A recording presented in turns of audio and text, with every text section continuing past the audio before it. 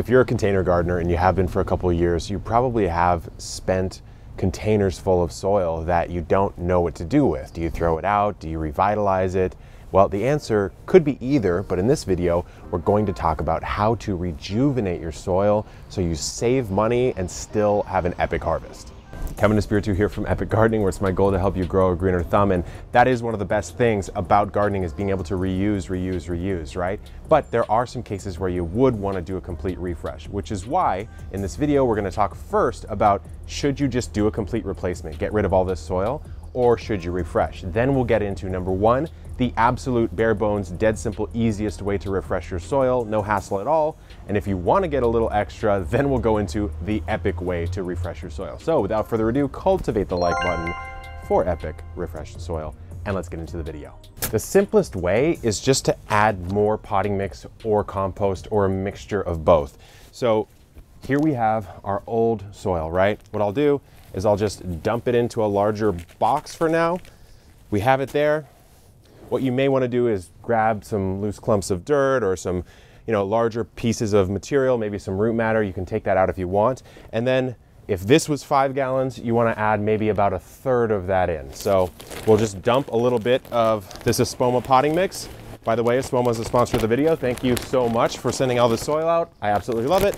You just do this, you mix it in, you moisten the soil up, and you're really good to go. So if you didn't have any major issues, you weren't growing something that was extremely heavy feeder, this is a very simple, time efficient, and pretty cost efficient way to refresh your soil. But if you do want to get a little crazy, let's go into the next method. The first thing we need to do is remove any plant material. And sometimes you have these really gnarly roots, like you grew a tomato in there. You really do want to get those large roots out. Now in my raised beds, oftentimes I just leave those in and let the soil life go, but there's not as much going on in containers as there is in large raised beds. And so what I like to do is I'll come through and I'll give it a nice screen. This is just to get rid of all that large particulate matter that's built up over the course of a growing season.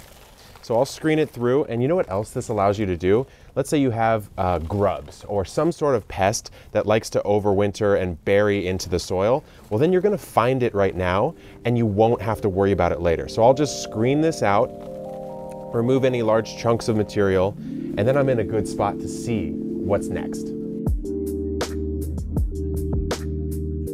Now that we've sifted and screened, I don't see any grubs in here. I don't see any really large pieces of anything. So we're good to go with the next stage, which is the same as the last stage actually. You just do a bit of a potting soil refresh.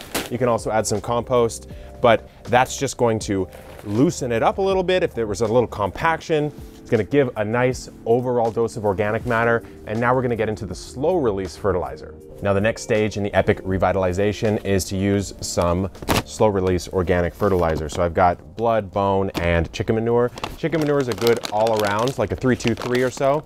So I'll do a little bit of that and a little bit of this and a little bit of this. And really what we're doing here is we're just adding some good all around organics that will make it into the soil, but they won't make it in really unless we have a living soil. So as I mix in some of these, and you don't have to get too crazy, there's application instructions on the back, but I like to do around a couple tablespoons or so for about 5 gallons. I could probably add a little more than this, but now that I have this will go into the soil, but I'm gonna mix it with something that you might be familiar with. So what we're gonna do is we're gonna finally harvest from the urban worm bag, show you how that works. We'll get some worm castings. You'll have maybe some worm eggs, but more importantly, some microbial life and a good all-purpose fertilizer.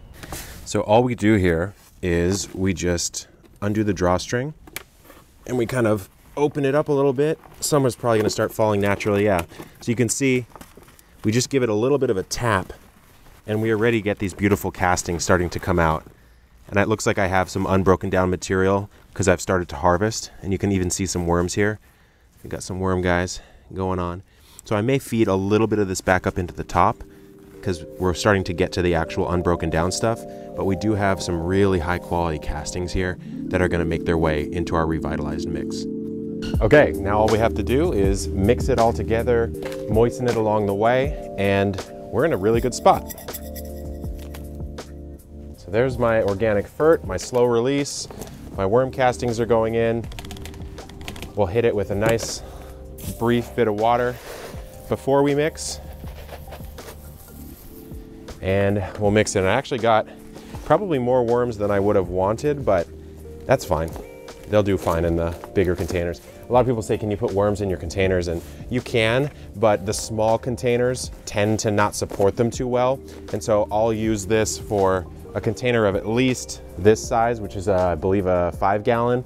But honestly, in a better world, I would probably use a 10-gallon pot. And so as I mix, what I'm doing is just incorporating all these ingredients. So the worms, of course, now that they're in here, are gonna want that organic matter to start munching through. And the microbes want that nice, moist environment to start living in.